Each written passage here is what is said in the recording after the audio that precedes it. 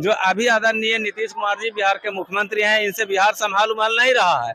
देख रहे हैं एक से एक बयान उनका आ रहा है, मुख्यमंत्री जी का बयान इस तरह का विवादित बयान आ रहा है।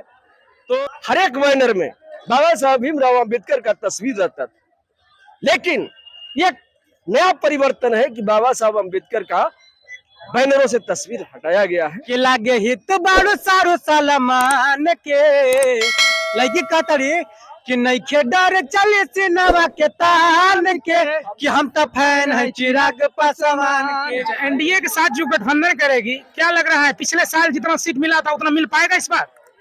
सर आपसे एक क्वेश्चन और था मेरा, सीट शेयरिंग के लेके था। इस बार जो 2024 का जो चुनाव होगा उसमें कितना सीट एलजेपी को मिल सकता है? सदन में कहे थे स्वर्गीय रामविलास पासवान जी कि संसो पाने बांधी घाट पिछड़ा पावे 100 में 60 राजपाट है किसके हाथ अंग्रेजी और ऊंची जात की क्या पहचान, गीट पीट बोले करे न काम, छोटी जात का क्या पहचान, करे काम और सहे अपमान, अंग्रेज यहाँ से चले गए अंग्रेजी को भी अभी हम पहुंच चुके हैं बापू सभागार। यहाँ पे एलजेपी का जो समारोह है, लोक जनशक्ति पार्टी का 24वां स्थापना दिवस समारोह जो चल रहा है, तो हमारे बीच कुछ कार्यकर्ता आए हुए हैं, हम उनसे बात करेंगे। तो सर आपको मुकेश न्यूज ब्लॉग में बहुत बहुत स्वागत है। धन्यवाद। सर आप एलजेपी के बारे में कुछ बताएं।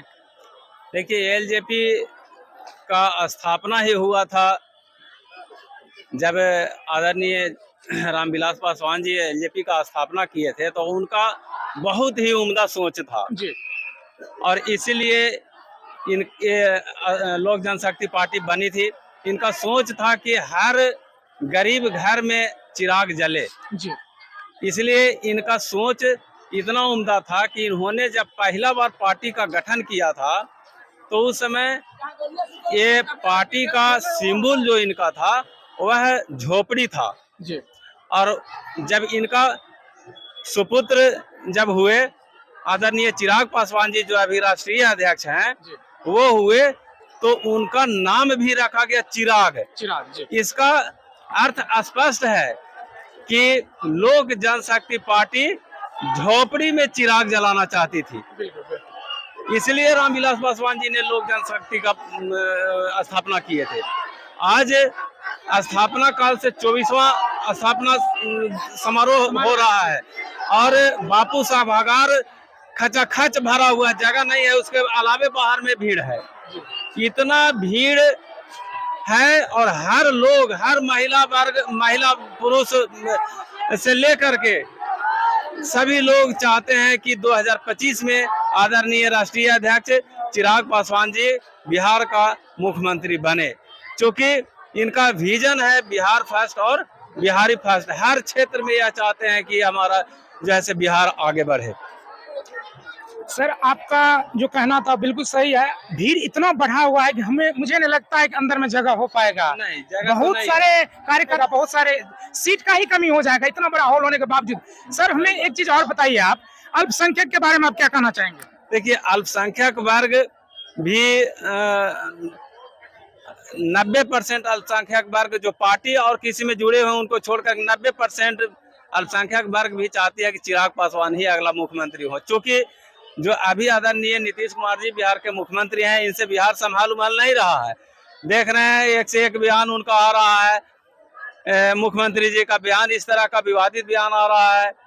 तो अभी देख लीजिए, पूरे बिहार में कोई व्यवस्था, चाहे वह शिक्षा का क्षेत्र हो, पूरा ध्वस्त हो चुका है। शिक्षा विभाग पूरा ध्वस्त है, चिकित्सा विभाग, किसी भी क्षेत्र में जाइए तो कुछ भी डेवलपमेंट का काम नहीं हो रहा है। अब तो सिर्फ कुर्सी का उलट फेर चल रहा है, कभी इधर कभी उलट के उधर। तो नीतीश कुमार जी अभी बहुरूपिया का काम कर रहे हैं, कभी रूप बदल करके इधर आ जाते हैं, कभी वही आदमी रूप बदल करके उधर जाकर के कुर्सी पर बैठ जाते हैं। यही तो हो रहा है बिहार में। चलिए, तो इस बार युवा का क्या रुझान हो सकता है एलजेपी की? वो युवा का 100% रुझान चिराग पासवान के तरफ है। सब युवा चाहती है कि नया चेहरा आए, बेदाग छवि आए बिहार में। अब ऐसे लोगों का सरकार आए कि बिहार का विकास हो, पलायन रुके, सारा चीज अमन चैन बिहार में हो। सर आपसे एक क्वेश्चन और था मेरा, सीट शेयरिंग के लेके था। इस बार जो 2024 का जो चुनाव होगा उसमें कितना सीट एलजेपी को मिल सकता है? देखिए, ये तो हम लोग नहीं बता सकते हैं, वो जो है से पॉलिसी मेकर असर के लोग ही बताएंगे, लेकिन सम्मानजनक सीट हम लोगों को मिलेगा और हम लोगों को जितना सीट मिलेगा उस पर के अलावे जो भी गठबंधन में जो भी जिनका सीट रहेगा वो हम लोग मजबूती से लड़ने का काम करेंगे। पूरे मजबूती से बिहार में हम लोग अपना सरकार बनाएंगे। जी जी, आपने हमारे चैनल में जो समय दिया है इसके लिए बहुत बहुत धन्यवाद। देखे थे युवाओं में कितना जोश था, ताली से गड़गड़ाहट की आवाज सुनाई दिया। चलिए हम इनसे बात करते हैं। तो बताइए 2024 में क्या परफॉर्मेंस रहेगा एलजेपी का? अपने दम पर सरकार बनाने के लिए सक्षम होगी। और बताइए सर, 2024 में क्या स्थिति रहेगा इस बार लोकसभा चुनाव का एलजेपी के? पहले तो चुनाव तो लोकसभा चुनाव का। देखिए, पार्टी का सोच है कि यहाँ अलायंस में 40 सीट पर जीत हो और उम्मीद है 40 सीट पर जीत होगी। एनडीए के साथ जो गठबंधन करेगी, क्या लग रहा है पिछले साल जितना सीट मिला था उतना मिल पाएगा इस बार? देखिए, ये ऊपर की कमेटी का मनोभाव है जी लेकिन एक परिवर्तन है। जी, परिवर्तन ये है कि रामविलास जी कहते थे कि हम उस घर में चिराग जलाने चले हैं जहां सदियों से अंधेरा है, और शायद अभी तक उस घर में चिराग नहीं जल पाया है। तो एक उम्मीद है चिराग जी से कि उस घर में चिराग जलाने में कितना सक्षम होंगे, ये चर्चा का विषय है।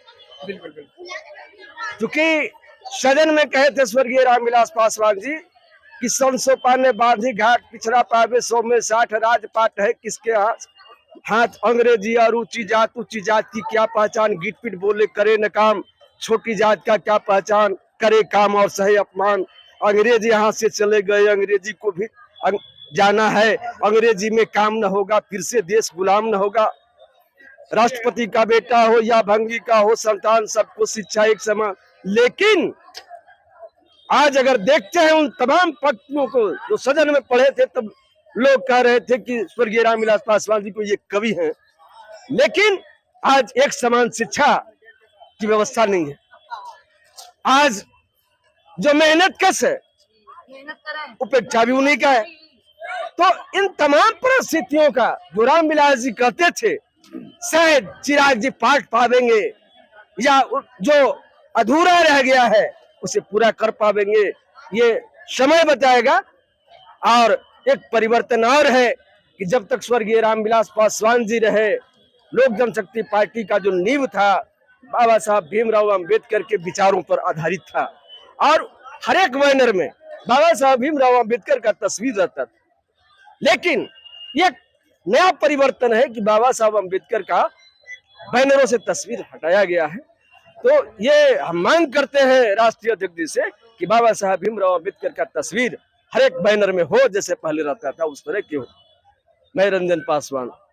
चलिए, आप लोगों ने हमें समय दिया मेरे न्यूज में, आप लोग का बहुत बहुत धन्यवाद।